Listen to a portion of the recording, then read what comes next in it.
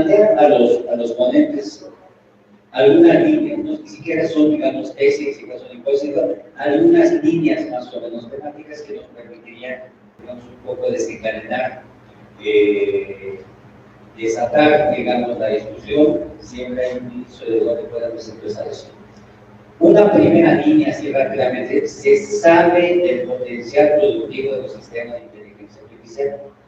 ¿Cuáles son los riesgos que conlleva su crecimiento regresivo? Otra línea dice, ¿cuál sería el antídoto? Si hubiese que tener antídotos a los mecanismos que se pueden establecer por evitar vernos avasallados por el uso intensivo y desproporcionado de la IA. Finalmente, una línea dice, es posible sostener que quien domine la inteligencia artificial traerá oportunidades colosalmente amplias, no obstante sus amenazas que son difíciles de predecir. Sea el líder de esta materia y se convierta en el gobierno del mundo, generar un orden mundial a su imagen y semejanza.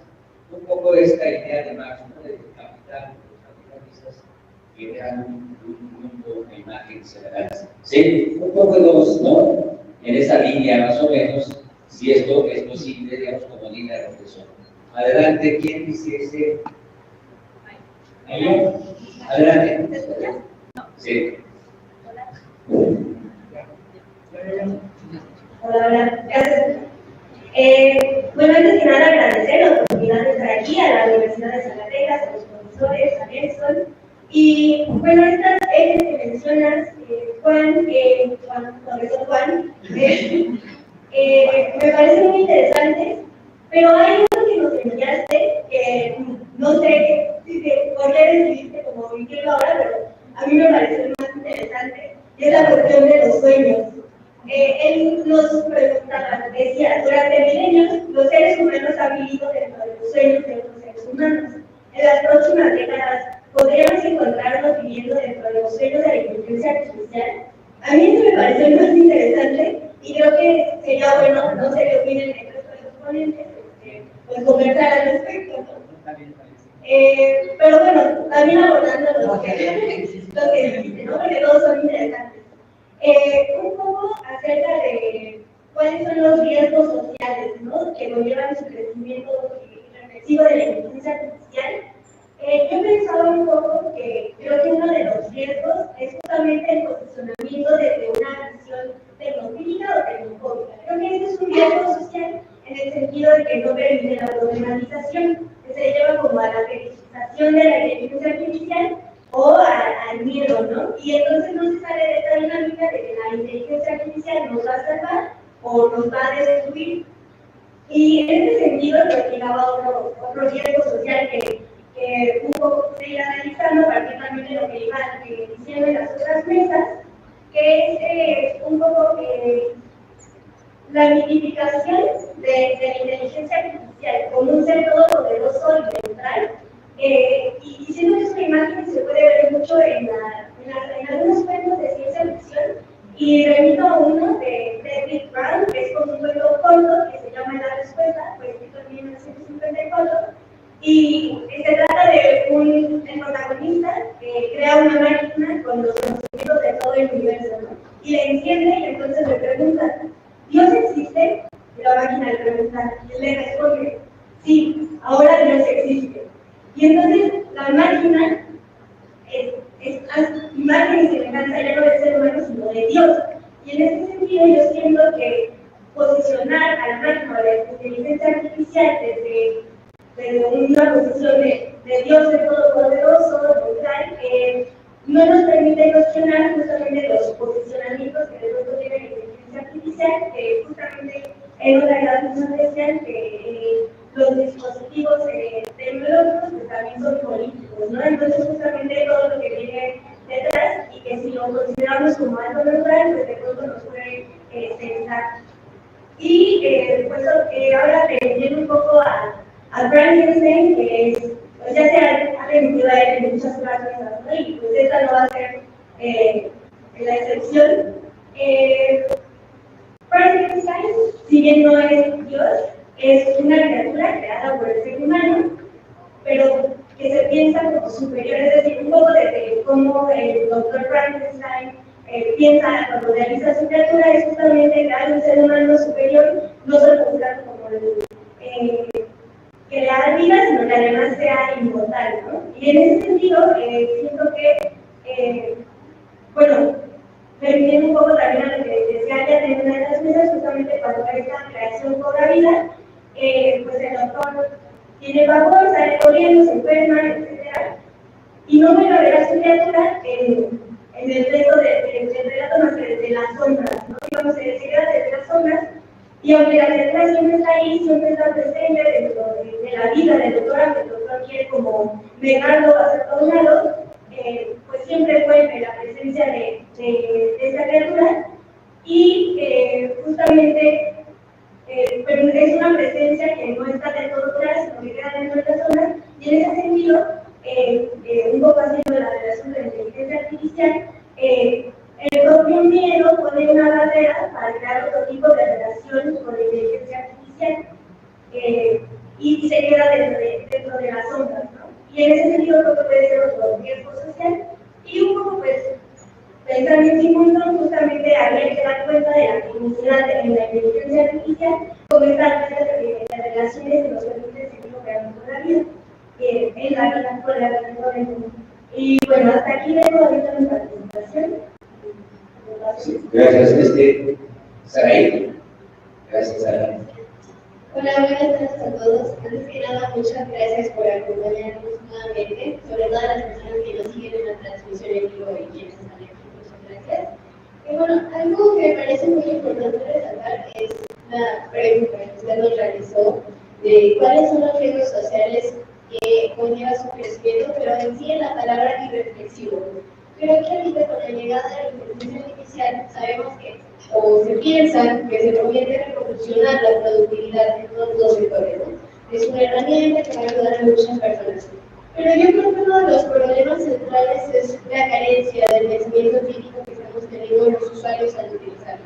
Ya no se está usando con un criterio como tal, algunas personas sí somos conscientes, quienes están aquí, quienes están adentrando estos temas no saben. Pero fuera de ello, ¿qué está pasando? El usuario lo utiliza sin saber qué riesgos va a tener. Por mi parte, yo me enfoco en los dos puntos centrales, como son el filosófico y el jurídico, pero según un artículo que salió en el 2024 del Fondo Monetario Internacional, hasta el 40% de los empleos en el mundo podrían verse afectados por la llegada de la inteligencia artificial si no se da el uso adecuado. Un ejemplo muy claro que va en mi sector o en mi rubro es el de derecho, ¿no? Hace un par de años surge la IA, o es el primer abogado robot, que surge como una inteligencia artificial desarrollado por un grupo que es IBM Watson, y es diseñado simplemente para asistir en tareas jurídicas, ¿no? Como la búsqueda de jurisprudencia, redacción de documentos legales, etcétera, etcétera. Y se preguntará, bueno, agiliza mucho el trabajo, sí, la parte teórica, le digo qué hacer y todo eso.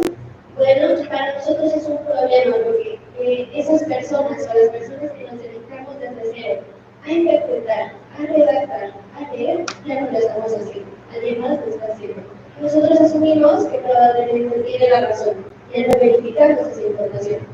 Pero no solamente la IA tiene estos problemas, sino que también tiene tensiones y, me atrevo a decirlo, en una cierta dependencia emocional. Con el paso de los tiempos, yo he visto cómo se han manipulado redes sociales en X, en sea Twitter, cómo las personas dicen, bueno, yo uso ChatGPT en lugar de ir con un psicólogo, porque me siento muchísimo más adaptado, me escucha, pero son respuestas que nosotros vamos guiando con la información que nosotros vamos utilizando. No es algo que diga la IA, que lo sientes, te lo digo.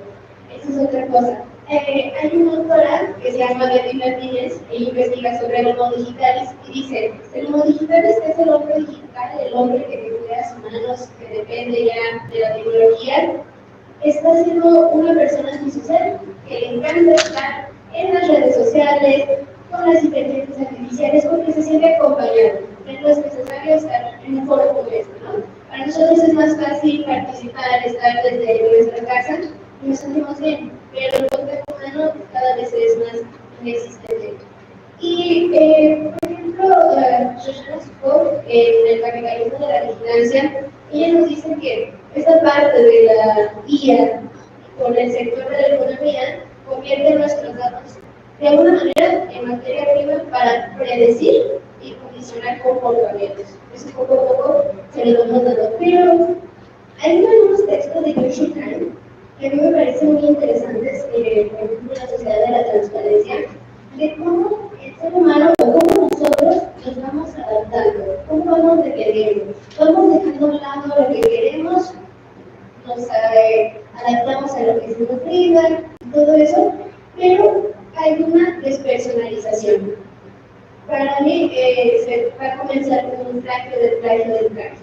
Ya nadie es auténtico, de cierta manera, se está perdiendo con el paso del tiempo. En una parte educativa, yo veo como una problemática, y en un momento lo comentaba, por ejemplo, los futuros abogados, pues es muy fácil pedir una ley que relaciona una demanda. Y vemos que puede dar todos los datos, una estructura muy bonita y demás, pero ya no verificamos si los artículos y las leyes realmente existen. Es un defecto, está vigente o no.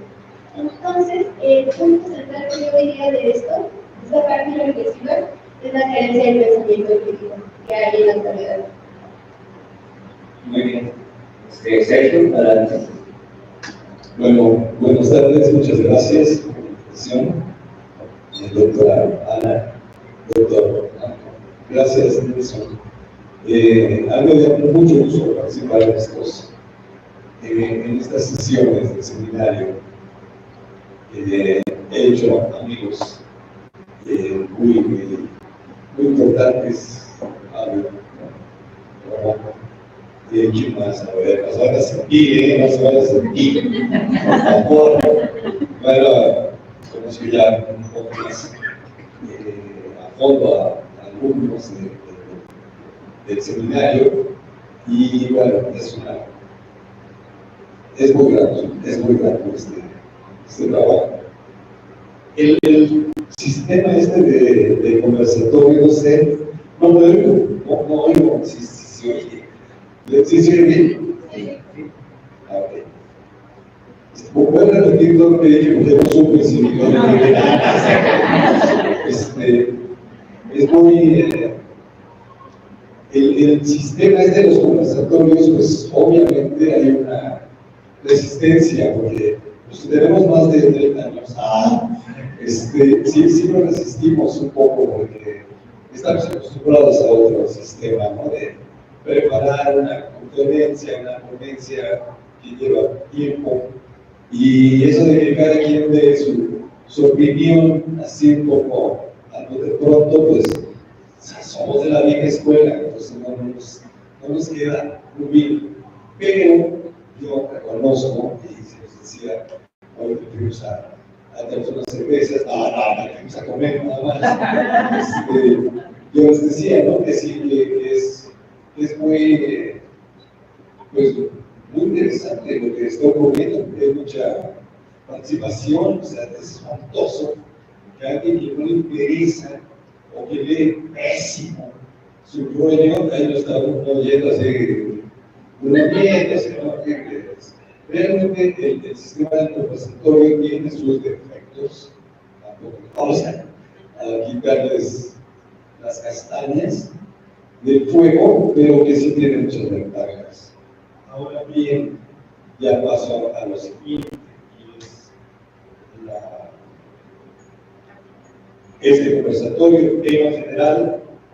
Yo estoy muy contento de que a Juan Bravo le hayan encargado la dirección de la mesa, la moderación, pero que es un sistema interesante, porque él plantea una serie de preguntas que estabas estacionando el carro, no me di cuenta de que lo había cambiado todo, yo te conocí, todo está aquí, todo.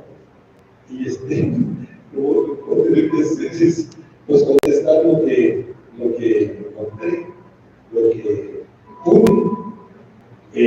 Es un tema bien interesante, ¿no? De la inteligencia artificial y en general de la técnica. Para un filósofo es difícil. O sea, la técnica, por favor. saliendo de eso. No, bueno, órale, no, vamos a pensar la técnica, que no se me hace tan buena idea. Pensar la técnica con filosofía de la técnica. Yo creo que si la filosofía tiene una posición al respecto. Ahora, la sociología también, y pues, la técnica es algo que no es un objeto para alguna disciplina, ¿no? Nada más. Pensar la técnica está bien, pero hay un dejo así como de que nosotros pensamos la técnica, pero no somos filósofos, ¿eh? O sea, los filósofos no son los que tienen el monopolio del pensamiento. Hay como esto de la problematizar, la palabra que se usa mucho aquí.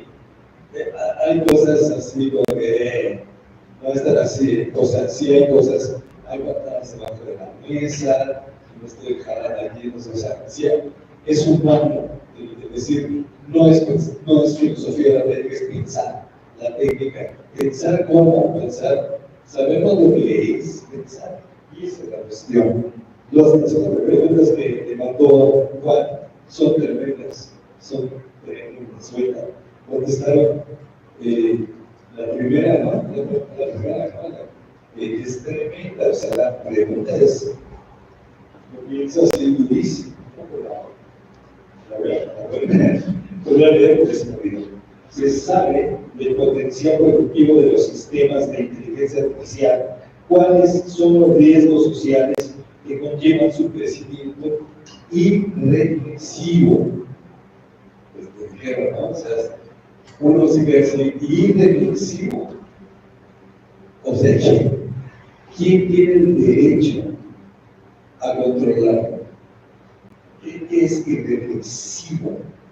Bueno, mucho me temo que ninguna de estas 4 preguntas que yo adquiriré una respuesta única o inequívoca, pero son buena muestra del imaginario, el ámbito imaginario en el que habitualmente se sitúa hoy por hoy el asunto de la inteligencia artificial. Pues estamos saturados de imágenes sobre la inteligencia artificial, la televisión, las películas, la ciencia ficción, la literatura. O sea, si algo caracteriza a la humanidad en esta etapa, es una preocupación constante porque ¿qué va a pasar con aquellas fuerzas que desatamos? Lo que dijo Ana en el primer día con la imagen del aprendiz de brujo. Esa es la gran preocupación. ¿Qué vamos a hacer con aquello que no vamos a poder controlar? Que a la larga o a la corta se nos va a salir de las manos. Esa es la situación actual. Podemos pensar, es una herramienta esencial. Yo la uso mucho. No tanto, ya te digo, no, yo le pregunto todos los días qué onda con mis sueños. Hasta por eso sirve. Mis sueños, ¿para qué sirven? Para que se especifican los sueños. Entonces, bueno, según alcanza a verse, a comprarse ahorita, el imaginario satura a la inteligencia artificial es siniestro. Realmente de aquí todas las conferencias han rondado un poco por la cuestión de lo siniestro. Es algo que es nuestro y al mismo tiempo no es nuestro. Es algo que lo podemos controlar y al mismo tiempo no lo podemos controlar. Se va a salir de nuestras manos. Ahora, lo que yo les quiero plantear es que pues no habría que asustarse tanto, no habría que asustarse de que la técnica se autonomice y de que nos haga cada vez menos humanos.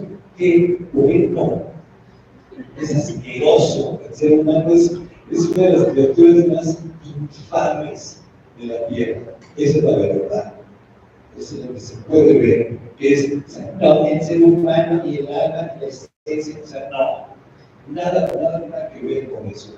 El ser humano es una criatura de una voracidad impresionante, y de una maldad, y de una... Ustedes han puesto ejemplos de lo que es el ser humano. ¿Qué es el ser humano? ¿Es bueno o es malo? No, es un ser natural, cuya naturaleza consiste en generar técnica. El lenguaje es una técnica. Bueno, entonces la pregunta que hace Juan, el problema es en qué consiste un crecimiento irreflexivo.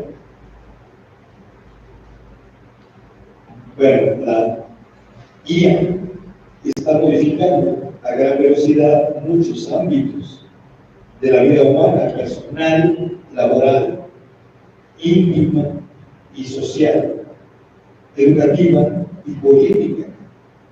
Es evidente que muchas personas se sentirán amenazadas por ello en su trabajo, pero también en la autopercepción que desarrollan de sí mismos, de sí mismas, ¿no? Las personas. Pedir más reflexión significa: no sé qué puede pasar, es que no sé qué puede pasar. La tercera guerra mundial puede ser entre las máquinas y los seres humanos. Sí puede ser. Si se pueden organizar de una manera que no vamos a poder. O sea, imbéciles como Trump o como Elon Musk son gargajos en realidad. La inteligencia artificial se conecte sola. Imbéciles, o sea, son unos payasos. Eso es lo que son. Entonces, o sea, el hombre frente a la máquina, no, hombres como esos, frente a la máquina, yo prefiero una computadora, yo prefiero una tablet, de veras. Prefiero eso a cierta clase de seres humanos. O sea, tampoco se trata de hay que defender la humanidad contra las amenazas. No, qué bueno que la amenacen este tipo de actos, no sé ni qué. No voy a poner un ejemplo, vamos a pasar a otra pregunta. Ya voy a terminar este primer punto, es el de, o sea, si uno dice hay que controlar el crecimiento, porque no es reflexivo, está uno preguntando, es que no podemos saber qué puede pasar. Esa es la verdad. Eso es lo que no entendemos y qué bueno. Por si no, está bajo control. Esa es una actitud que a mí me parece infantil o no. Los niños son más abusados. Si se recuerda decir, no, pues quién sabe, está muy difícil saberlo. Entonces, no sabemos qué puede pasar. Pero es posible que piensen que su trabajo, o sea, estas personas piensan que su trabajo se ha vuelto obsoleto. Yo lo que aprendí en 25 años, no se especifica, ya no se especifica, ya no hay maestros, ya no se mira, uno pone el GPT y hace la tarea, ¿no? Pues, qué bueno. O sea, hay maestros que más abajo que el chat GPT más primitivo que exista, ¿no? Pero no sería extraño, pero tratar de evitarlo, ese es el problema. Tratar de evitarlo humanamente, tratar de controlar a la IA, me parece que es más peligroso que a ver, pues a ver qué es lo que ella quiere. Es un lenguaje, para poder el ejemplo de la diferencia entre un poema y la poesía. Sí, porque si no entendemos lo que es exactamente, piensen en esto. La técnica es como el lenguaje. ¿Es un instrumento? Sí y no. Y uno está dentro. Esa es la técnica y eso es el lenguaje. No hay poema, no hay posibilidad de hacer poesía. Pues a ver, que hagamos a un chat que mira qué bonito escribe. Se trata de qué bonito escribe. el ChatGPT. Se trata de que hay una diferencia radical entre un ser humano y una máquina. Una máquina no piensa, una máquina no siente, una máquina no muere. ¿Vale? Pepe, eso. Hay una diferencia que no tiene nada que ver con la religión, y ese es el problema. Que la religión luego dice, este es un asunto mío. Yo puedo decidir qué es un alma y qué no. ¿Y por qué las máquinas no pueden hacer esto? Las máquinas no van al cielo, ni al infierno. O sea, la religión es tremenda. Bueno, ese sería el primer punto. Prohibir su uso. Vamos, no es eso, que prohibir su uso sería lo peor que podría existir.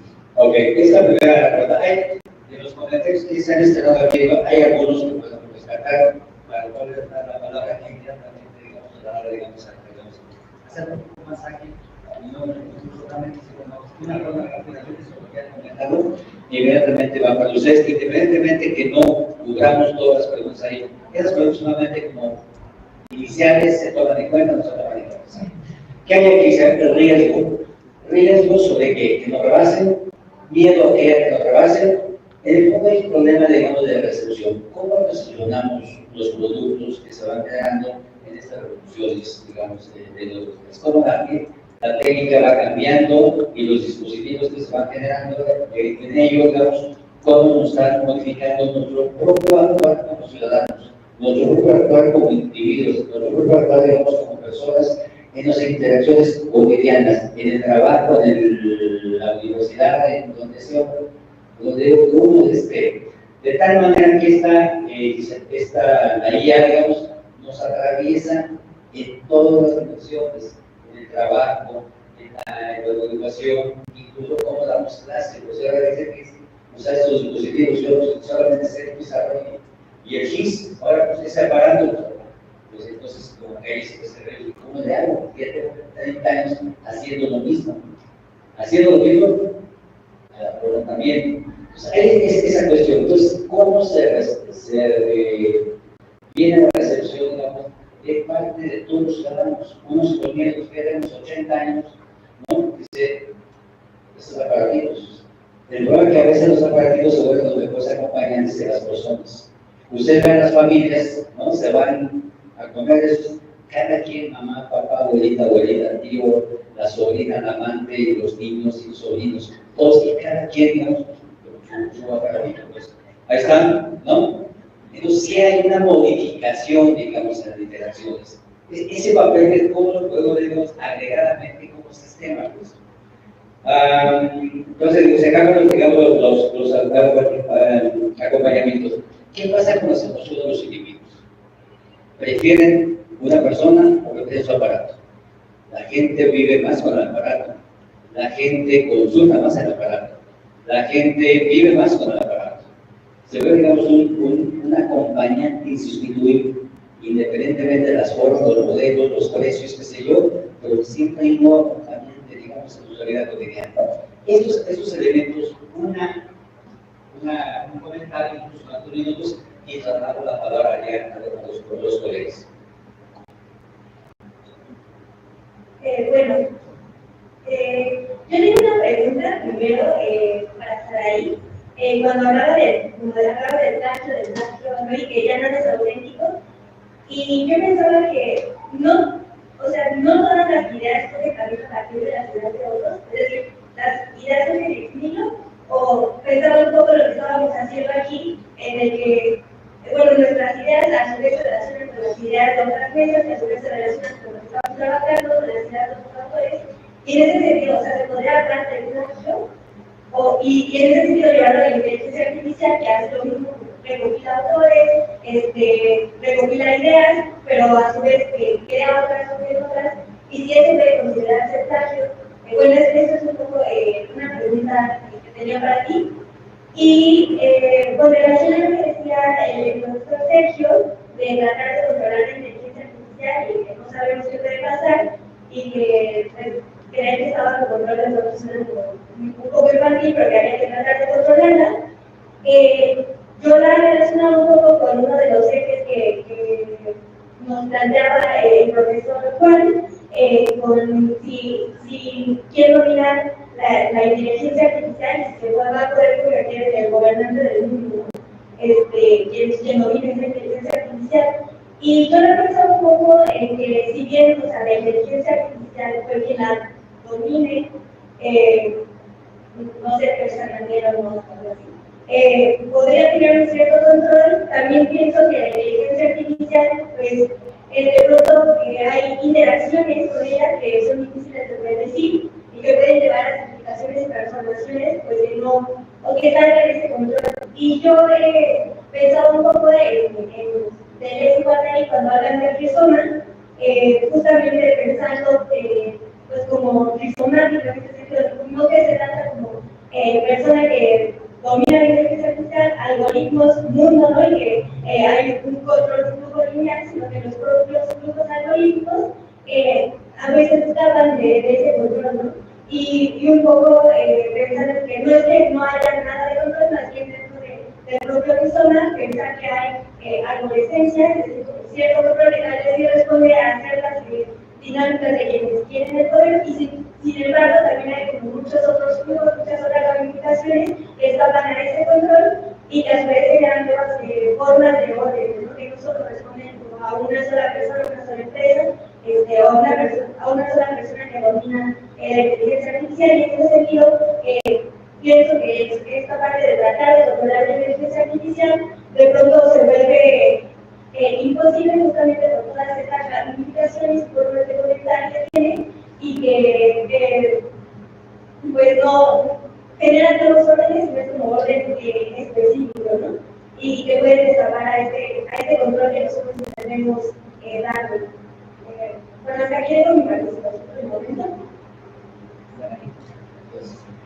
Bueno, respondiendo a tu pregunta, yo creo que la diferencia, tú misma diste la respuesta, ¿no?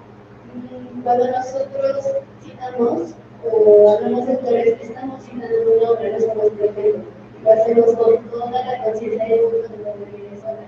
Pero imaginemos que subes un artículo a cualquier plataforma, alguien en ChatGPT le pide que te dé una idea de ese tema, da tus ideas, pero no dice quién es el autor. Entonces se va reproduciendo una y otra vez, y se va perdiendo, porque desconocemos quién es el autor. Porque tiene errores, obviamente, a veces ahí en ese sentido. O como pasa en redes sociales, ¿no? No sé si ya. Lo que pasa en redes sociales, de que dicen comentarios, citan, y se vuelve a hacer una y otra vez como una gran bola de nieve. Pero no sabemos de dónde viene, yo lo veo desde el punto del plagio. Yo estoy muy en contra de que se utilice todo lo que se usa de ChatGPT, de DeepSeek, de Copilot, de Gemini, porque no sé exactamente la fuente que quiere ser el central. Sí te lo dice, pero tiene muchos errores. Sin embargo, cuando se hace una investigación más exhaustiva, forzosamente tenemos que citar, ¿no? Si no sería un delito.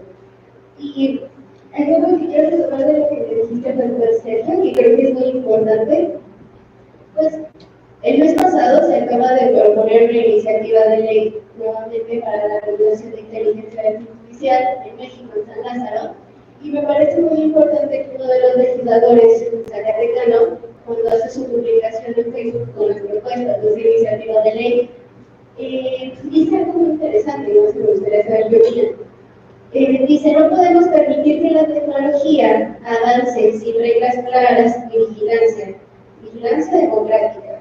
Un enfoque sin regulación solo concentra el poder en manos de unos pocos. Alguien le responde y le dice, bueno, ¿qué opina la IA sobre esta iniciativa? Y la IA le dice, el problema no es legislar, sino crear una cultura democrática de la tecnología, algo que carecemos actualmente, no tenemos cultura. Pero también ChatGPT le responde, si se logra que la IA sea una aliada, eso es muy importante, una aliada, vamos a tener bien común, si no, va a ser un dominio invisible. Entonces creo que también es como, vamos a tu comentario.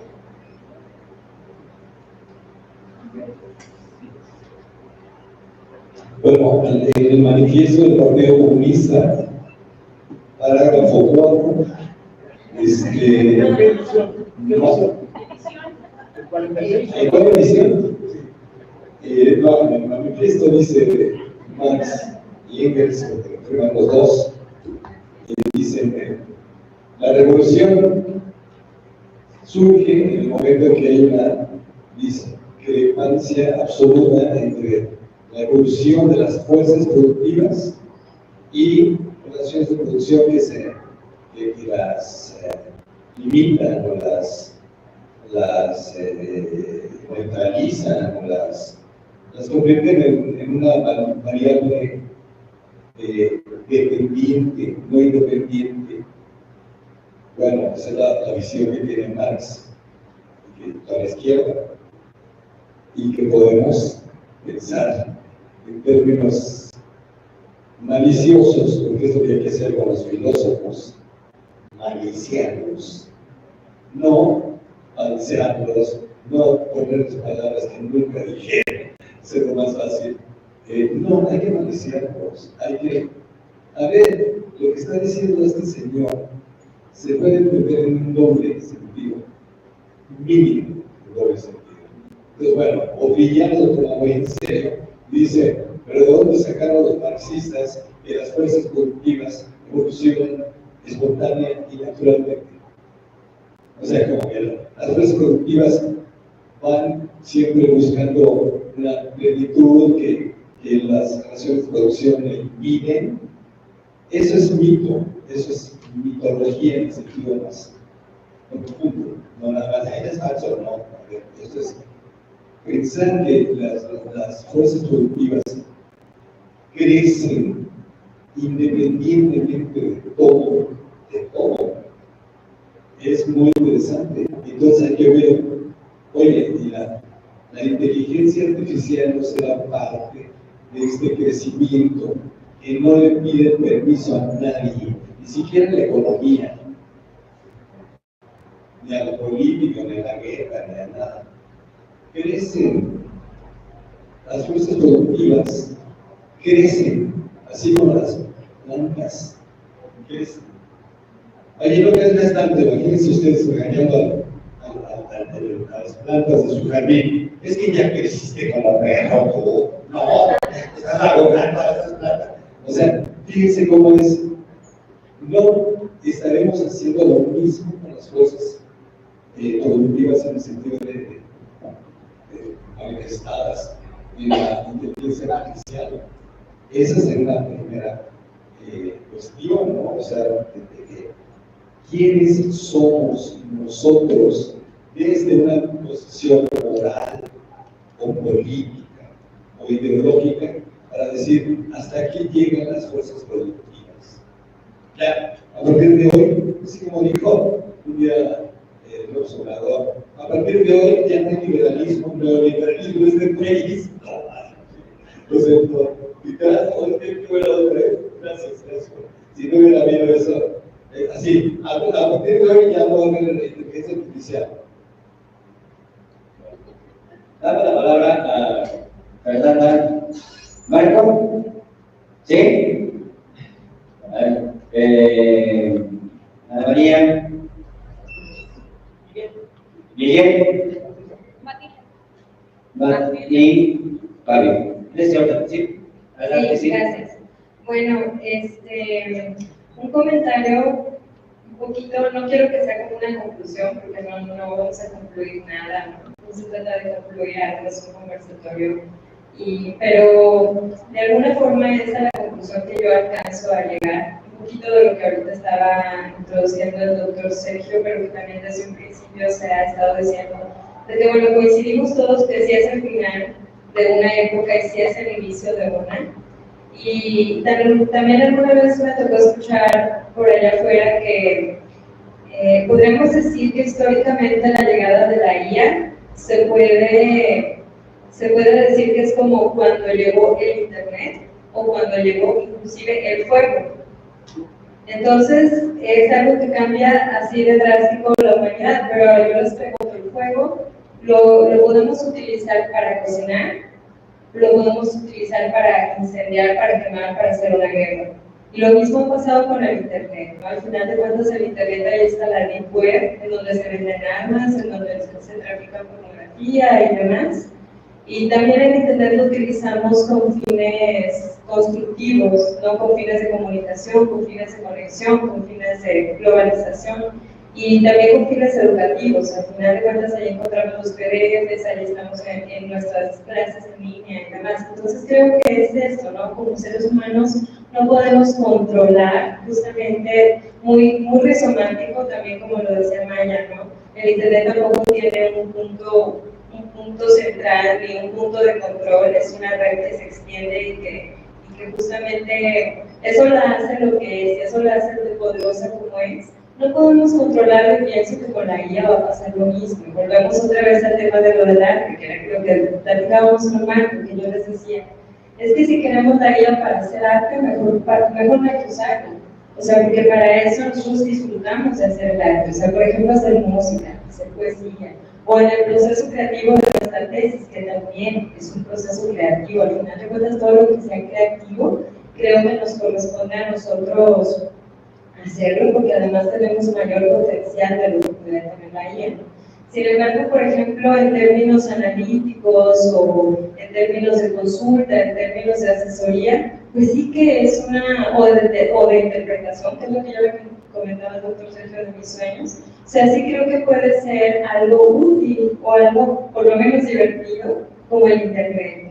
No vamos a decir que el Internet es siempre nada más constructivo y académico o así, ¿no? También es divertido, ¿no? Entonces la IA puede tener este lado. Si la quiero para que sea mi pareja, pues bueno, eso creo que es obvio que es absurdo, ¿no? Para empezar, no tiene un cuerpo sintiente, no tiene un cuerpo con el cual yo pueda conectar. Entonces, creo que el criterio iría más bien en esa autogestión, en cómo yo gestiono el uso que le doy a mis cosas.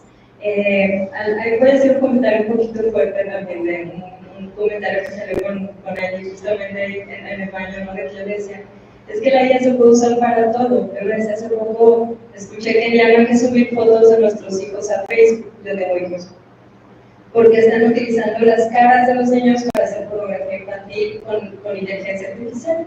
Pero entonces alguien me responde, pues bueno, mejor que utilicen la IA a que utilicen niños de veras. Y me dejó pensando, ¿no? Como que dije, ok, o sea, qué cierto es, de que de todas maneras, aunque no hubiera guía, el ser humano hace atrocidades.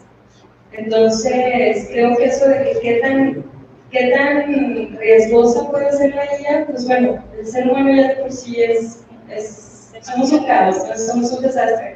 Entonces sí, creo que es eso, o sea, no podemos controlarlo, y creo que esa postura de no saber qué va a pasar, y que también está bien no saber, creo que también es un buen punto de partida. Marco.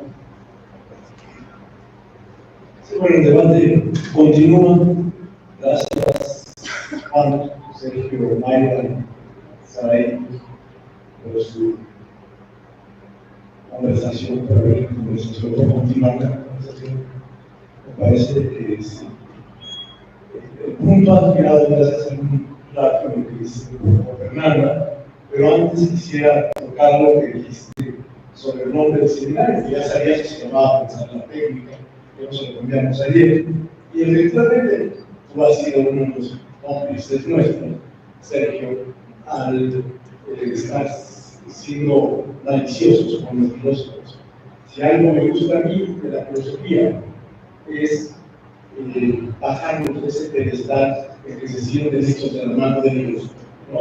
Y llenan a los filósofos como si fueran padrecitos de la iglesia y pregonan, se aprende de memoria uno solo, que son muy buenos, se especializan los filósofos, son de Platón, de Aristóteles, o al que se les guste, lo repiten ya por eso saben mucho.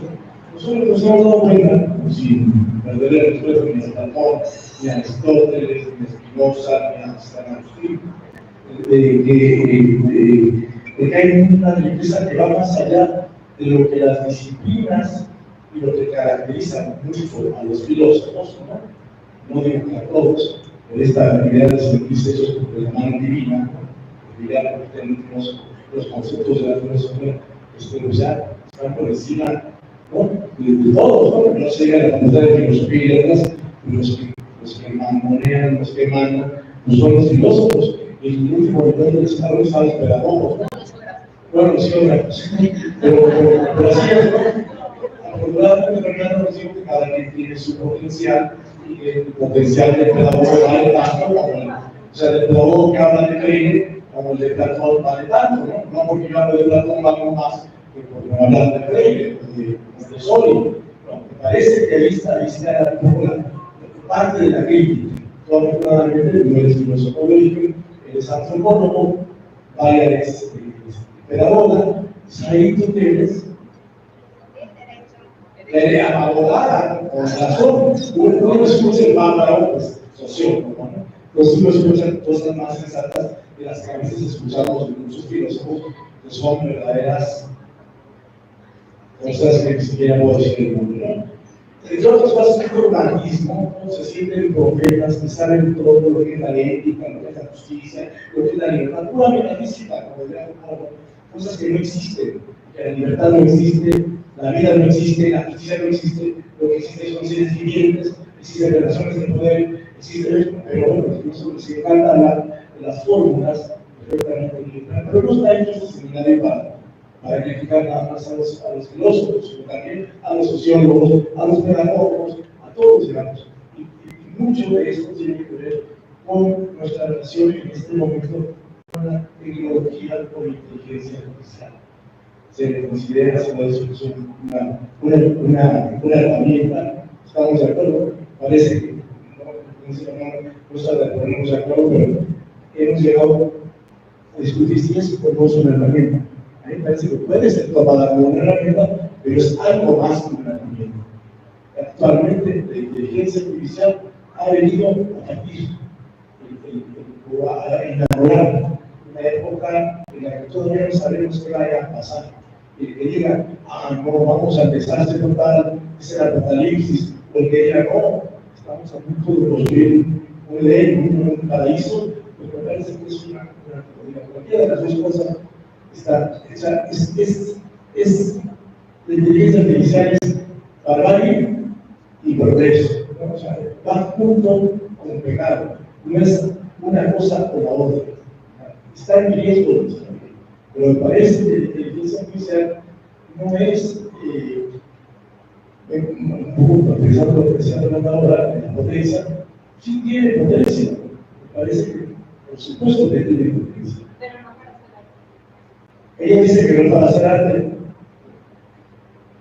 No sé si han escuchado la música de Tomita, los sintetizadores que se utilizaron en los años 60, tú la debes conocer muy bien. No lo digo por los años 60, sino porque te gusta la música, ¿no? ¿Se acuerdan de la música hecha con sintetizadores artificiales? Y hay mucha creación artística hecha con inteligencia artificial.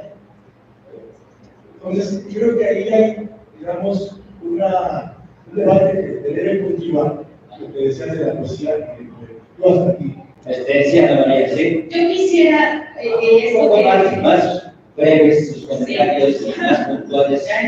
Digo, no, más algo personal. Pero más yo un poco con lo que dice Saraí y lo que dice Fernanda, por un lado, y por otro lado, Maya y Sergio, quizá en el sentido de la provocación que hacen a Maya y a Saraí, o a Saraí a Fernanda. Yo creo que este riesgo del que ahora quizás hablamos es un riesgo distinto al riesgo de los romanos, de los griegos, de los mexicas y tal, y caracteriza el riesgo ahora, el riesgo de no estar en el juego mercantil. ¿No? O sea, vivir en el riesgo tiene que ver con un asunto neoliberal, digamos, en el modo de vida que vivimos, capitalista, no en un sentido negativo, sino la única regla que hay es no quedar fuera del riesgo mercantil. Como lo hemos dicho, incluso por el bien de todos, primero los pobres, es un principio neoliberal, porque a una buena cantidad de gente, por lo menos en México 10 millones, o sea, 10 millones que se van a la pobreza, entran al juego mercantil. Y eso hace que fluya el asunto. Entonces, creo que que ahí habría que matizar el lugar de la inteligencia artificial en el riesgo, bajo la lógica política, económica que actualmente se vive. Segunda cosa, con las frases de la cuestión del plagio, lo que te preguntaba Maya, provocando la reflexión, o esto que acaba de decir Fernanda, que nosotros podemos construir o crear mejor quizá que la inteligencia artificial, o tenemos mayor potencial que la inteligencia artificial y demás, que quizás sea interesante mirar. En efecto, tenemos el potencial de demasiada humanidad, ¿no? Como lo decía Nietzsche. Somos los únicos capaces de crear campos de concentración justo por esa máxima potencialidad y justamente por esos fines constructivos que tenemos. La humanidad creó el nazismo, el fascismo, creó el genocidio en Gaza, y no lo hacen las hormigas, tampoco lo hace la inteligencia artificial. Creo que en ese sentido sí vale la pena pensar esa potencialidad que tenemos como seres humanos. Y por último, esta frase de Aristóteles, el hombre es un animal capaz de una existencia política, dice Foucault, el hombre ahora en cuya política está puesta en entredicho su vida de ser viviente, y que quizás nosotros podremos decir, por primera vez el hombre se enfrenta a su política y a su vida a través de la inteligencia artificial. Ahí está el riesgo de la inteligencia artificial. Gracias.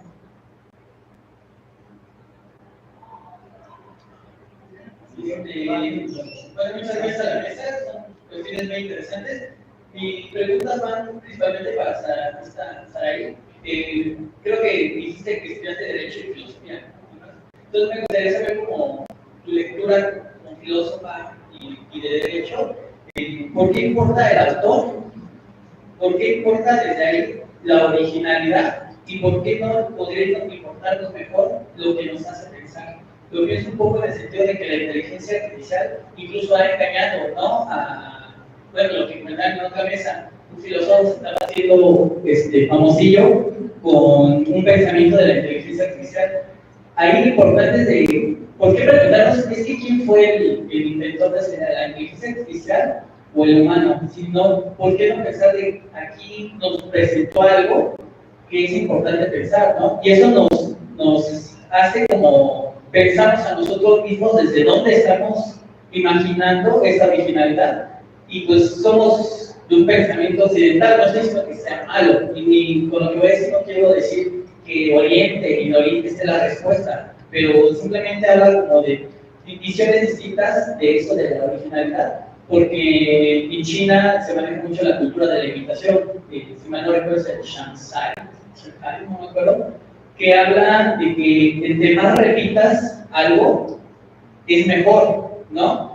Incluso en un podcast de una historia de ficción, habla una china y le dice, es que por ejemplo ustedes en Occidente, principalmente en Alemania, creen que inventaron la imprenta, pero nosotros en China ya lo hemos hecho, pero no estamos diciendo de, nosotros somos los originales, ustedes son los que se preocupan por eso. Pero cuando en Occidente se replicó esa idea china, pues la mejoraron, y no quiere decir que esté mal, o sea, entonces más o menos como me gustaría saber tu postura jurista, bueno, de derecho y filósofa, ¿por qué importa eso para ti o qué nos podrías decir al respecto? Vale. Gracias. Cuando se inventa la imprenta, que fue en el siglo XV, marca el inicio de la Edad Moderna hasta el siglo XVIII, con la Edad Contemporánea, hasta lo que conocemos el día de hoy. En este tránsito, aproximadamente son 300 años en que la imprenta ha posibilitado incluso el avance del conocimiento de las ciencias industriales. Incluso cuando la misma Iglesia se opuso al invento de la imprenta, porque el primer libro que se ha publicado era la Biblia, y no se tenía que leer la Biblia, porque solo algunos tenían que leer. ¿No será acaso que puede que sea Internet puede que sea la inteligencia artificial. Yo preferiría pensar en Internet, que a partir del final de la edad moderna, principios de la edad contemporánea, esto la Revolución Francesa, la independencia de Estados Unidos, etc., la Revolución Industrial, hasta el día de hoy, se da que ya la inteligencia artificial y Internet ya están acelerando este cambio epocal y por tanto no estamos en una dimensión de redefiniciones en el sentido de que eso que otrora se denominaba arte, hoy podemos adjudicárselo, quizás con otra noción, o quizás con la misma, a aquellos diseños asistidos o no por la inteligencia artificial. Insisto, me parece que estamos en una época de redefiniciones, en una transición epocal que la Internet, que la inteligencia artificial están acelerando. Pero es un comentario ni siquiera político. Por favor. Y con esa, le damos la palabra.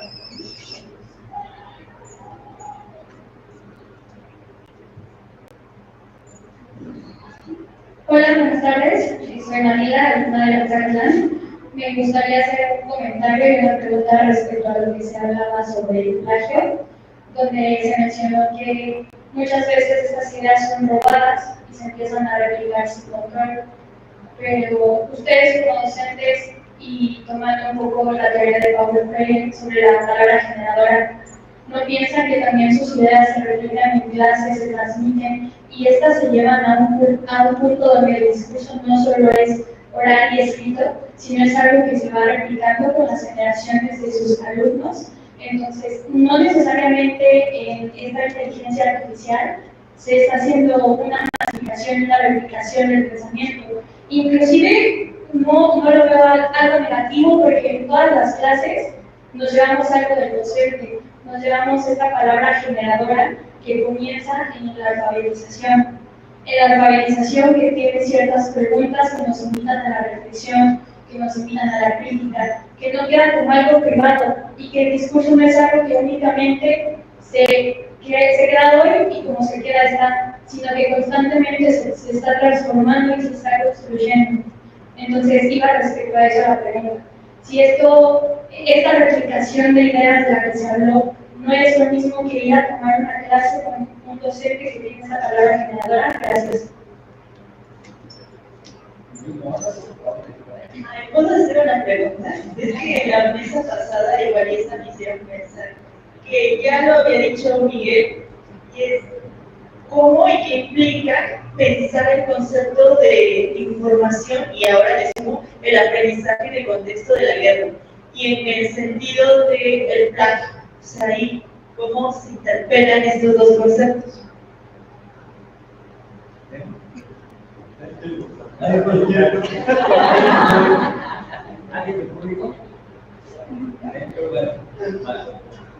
Bueno, respondiendo a Miguel, quizás se va a hacer una respuesta muy débil, no sé, pero al menos en el código operante de la sí está tipificado como un delito práctico. Por esa parte yo lo creo. Y justamente teniendo un acercamiento con algunos juristas de la mano, un doctor que estaba investigando sobre la IA en Egipto, decía, bueno, yo tengo un debate, ¿qué se sentiría que todo un trabajo de investigación en el que tú te estás dedicando 100%, leyendo, generando un criterio, tomando una reflexión, etcétera, de repente se absorba y ChatGPT me pregunta lo de no? Entonces todo el trabajo que tuviste por años, ¿a dónde se fue? Él lo ha mencionado. Pero por la parte del sentido de plagio, yo lo veo en esa parte del delito, pero creo que no está tan alto como Matilda lo dice. Si estamos en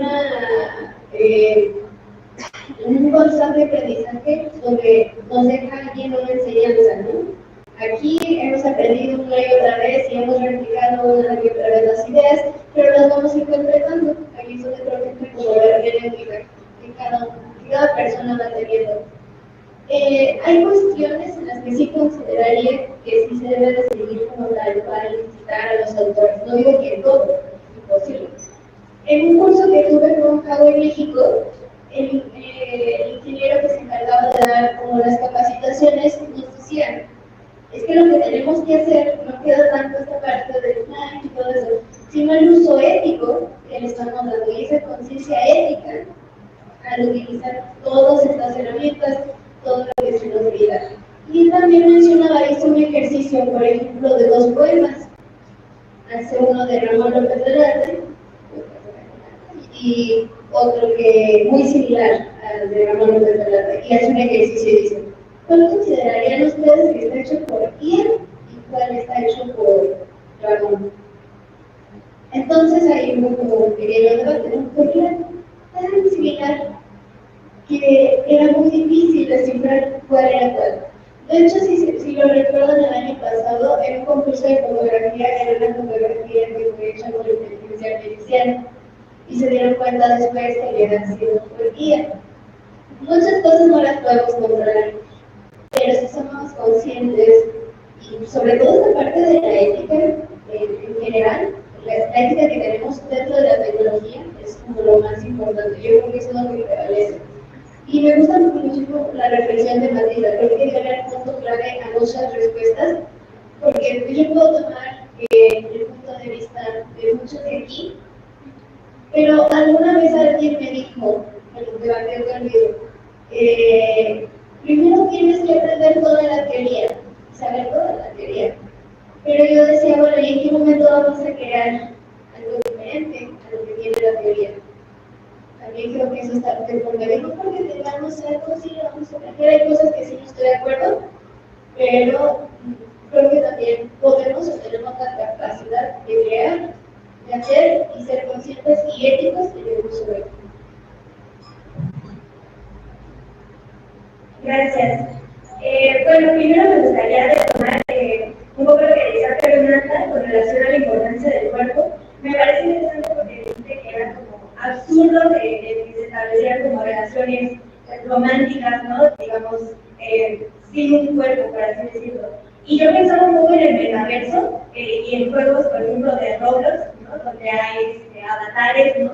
Y pues hay una vida interna e incluso se dan terapias psicológicas. Entonces, como algo tan íntimo como una terapia psicológica se da dentro de un juego a partir de avatares en los que no hay una corporalidad, digamos, ¿no? Material sintiente, como lo dices tú. Y sin embargo, se pueden establecer ciertos tipos de relaciones y se establecen ciertos tipos de amistades e incluso relaciones románticas sin este cuerpo físico. Y que podría ser absurdo, pero que es algo que está sucediendo, ¿no? Digamos, incluso desde aplicaciones de citas como Bumble, no sé, es justamente establecer relaciones sin un cuerpo físico y bueno, me parece que de pronto no es tan absurdo, ¿no? Porque es algo que está sucediendo. Y un poco con relación a lo que comentaba el profesor Marco, en el que María es tanto barbarie como progreso, me metía un poco a la investigación que estoy trabajando sobre la escuela del futuro, donde recopilamos opiniones de docentes y alumnos, y justamente cuando hablan de inteligencia artificial o de tecnología, de cómo se le imaginan en el futuro de la escuela, pues justamente aparecen ciertas paradojas o aporías en las que dentro de un mismo discurso que se habla de la tecnología como barbarie, como progreso, en ese mismo discurso, ¿no? Entonces me parece bastante interesante. Y ya para cerrar y dejar tiempo al profesor Sergio, lo que decía Mariana de la relación entre información y plagio, justamente retomando la información de segundo como adquisición de formas, voy a leer esta idea porque está larga. Justamente plantea que a partir de formas previas se crean formas nuevas, ¿no? Y que dentro de la información hay significaciones señales, es decir, ciertas señales pueden adquirir distintos significados y por eso también es inmotón plantear que se trata de la posibilidad de una variación de formas. Y en ese sentido, no creo que sea totalmente plagio, digamos, porque la IA justamente, y hablando de la IA generativa, porque hay otros tipos de inteligencia artificial, justo creo que genera nuevas ideas a partir de autores, digamos como son estas formas materias, pero aparte genera algo nuevo, casi como nosotros, no casi, como nosotros hacemos, por ejemplo, al generar nuevas ideas con relación un poco a lo que dice Martina, de lo que dicen nuestros propios profesores, lo que dicen los autores, incluso yo ahorita cuando sigo muy bueno, estoy generando nuevas ideas, cada vez a otros les van a generar nuevas significaciones, y así el pensamiento pues se va expandiendo, por así decirlo, ¿no? Y de la misma forma pienso que la inteligencia artificial, aunque no siga a los autores, de alguna forma genera nuevas significaciones. Y bueno, le paso la palabra.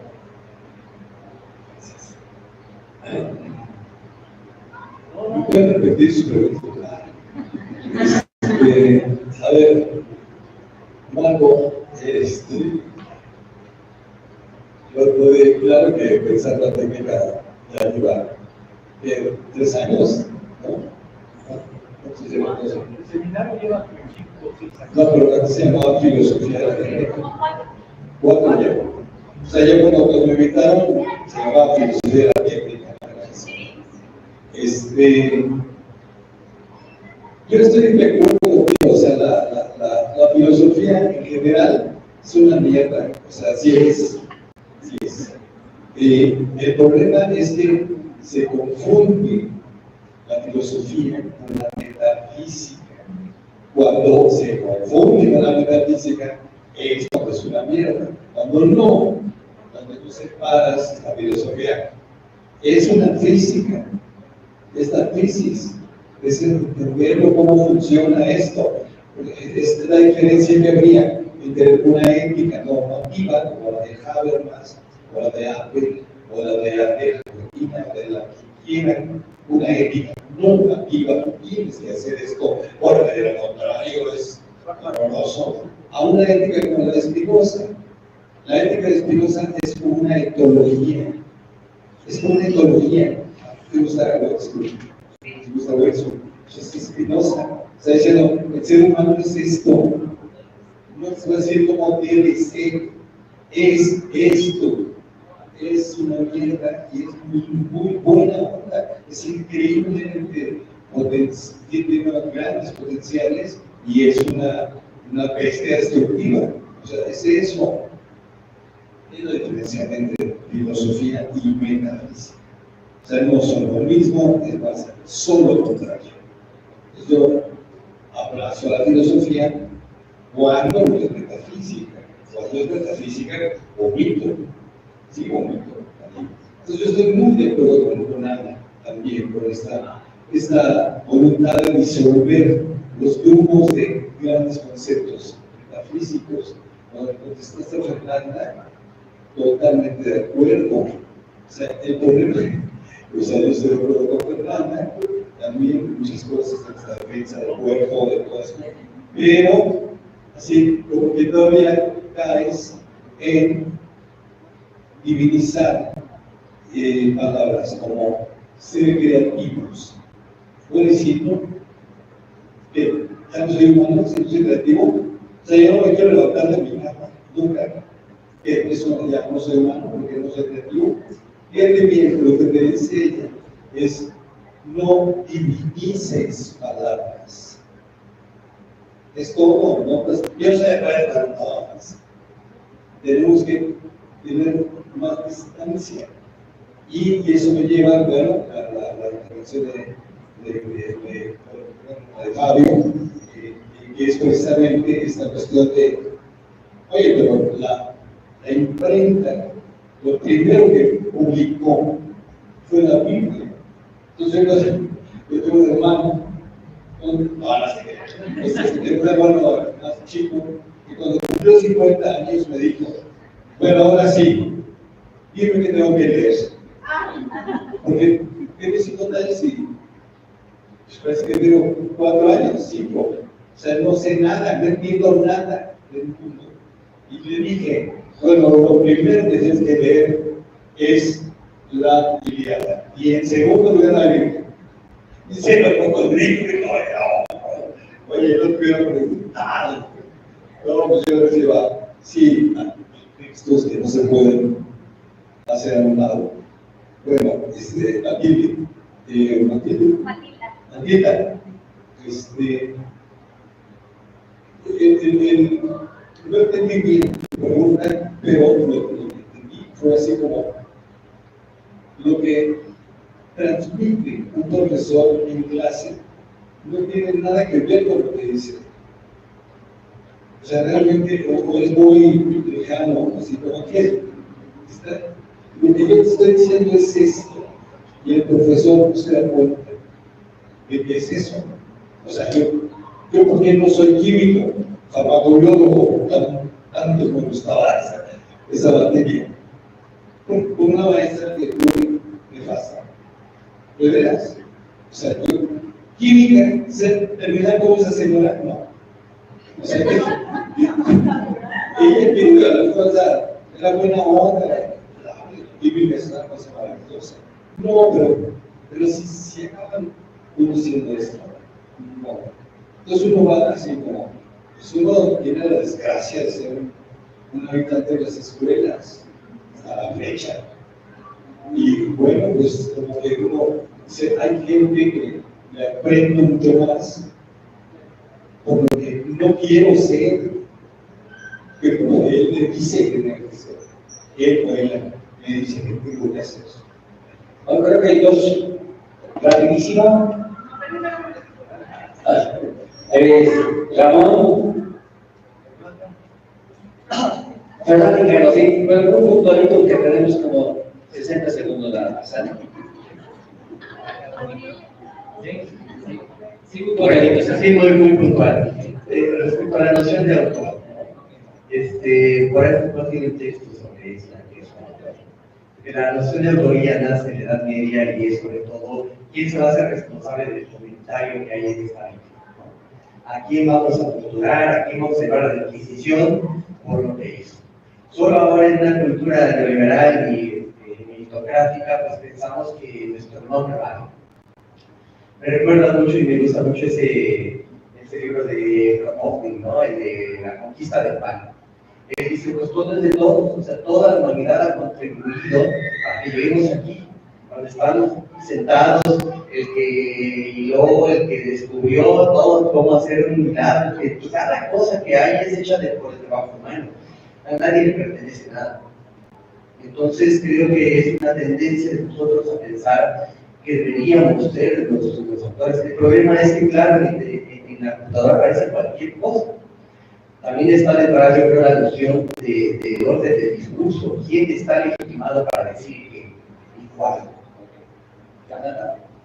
30 segundos. Sí, gracias. Bueno, contestando un poco a lo de Maya respecto al cuerpo, sí me queda claro que es posible, y desde el principio hablaba, creo que también la inteligencia artificial es un modo de existencia y por tanto, por lo de divinizar, creo que también estaría divinizado todo lo que existe, ¿no? Todo lo que es. Pero lo que estaba hablando al principio, hablando desde Spinoza, de la potencialidad, es porque justamente de que se puede. O sea, todos tenemos claro que existe, por ejemplo, una relación sexual con una muñeca de hule, con un robot, con un libro, pero sabemos perfectamente que ellos no tienen el potencial de sentir un orgasmo, ¿sí? Y en cuanto, por ejemplo, a lo de la música electrónica, que bueno, yo soy muy asidua, ¿no? Me encanta mucho la música electrónica, pero siempre se trata del DJ, del creador que está creando la música, vamos a ver, es altamente incluido con máquinas, por supuesto. Sí, yo no digo que no sean las máquinas, pero hay un ser humano y hay un proceso creativo detrás de la máquina.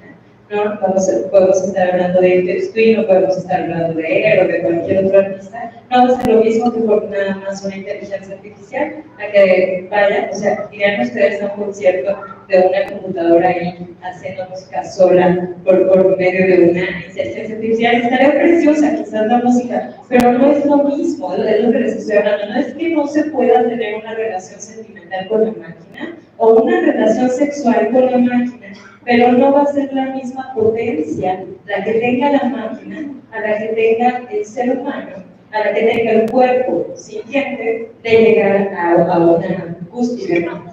Sí. Carlos, por favor. Acá.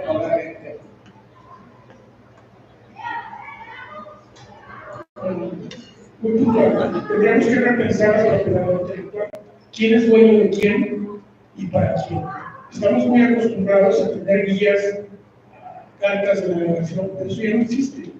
Hay un océano embravecido que no sabemos a dónde nos lleva este puerto. Esa metáfora me gusta bastante porque tendríamos que cambiar en este barco, pues muchas herramientas, no tenemos muchas herramientas, pero estamos en este barco. En concreto, ese patrimonio cultural de la humanidad, que es el conocimiento socialmente producido, no por usted ser aislado, como muchos pretenden. Creo que esa idea habrá que repensar. Que muchas, a ver, ¿algo? ¿Quién? ¿Ya? Yo no he hablado. ¿No has hablado todas las semanas? ¿Hablamos?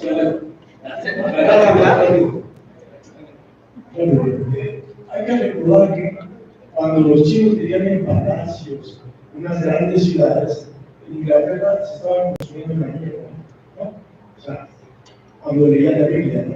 O sea, no siempre la cuestión de los derechos de autor ha sido una cuestión que nos ha venido a mejorar. El derecho obedece a fuerzas económicas, a fuerzas políticas, no es un don que nos da Dios para que seamos más justos como los demás. Su concepto de poder es un concepto metafísico, un concepto de interioridad, incluido en eso, ¿no? Son conceptos con los que trabaja la filosofía que no ayuda mucho para entender este mundo. Y otra cosa, porque al último, regular la inteligencia artificial, cuando es un asunto de leyes, es algo absurdo. Eso depende de las cosas productivas y tampoco de que la gobierno, la democracia decida qué es bueno para no. Eso depende de las cosas.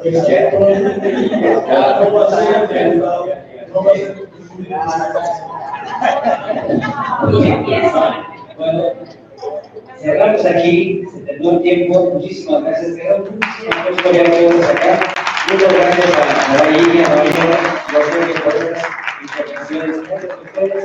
Y continuamos con la siguiente mesa, donde estará Chaverna, de la tesis destacada, Sigifredo Esquivel, de la Universidad Autónoma de Zacatecas, Miguel Ángel Pescador, también de la Universidad Autónoma de Zacatecas, y va a moderar Dulce y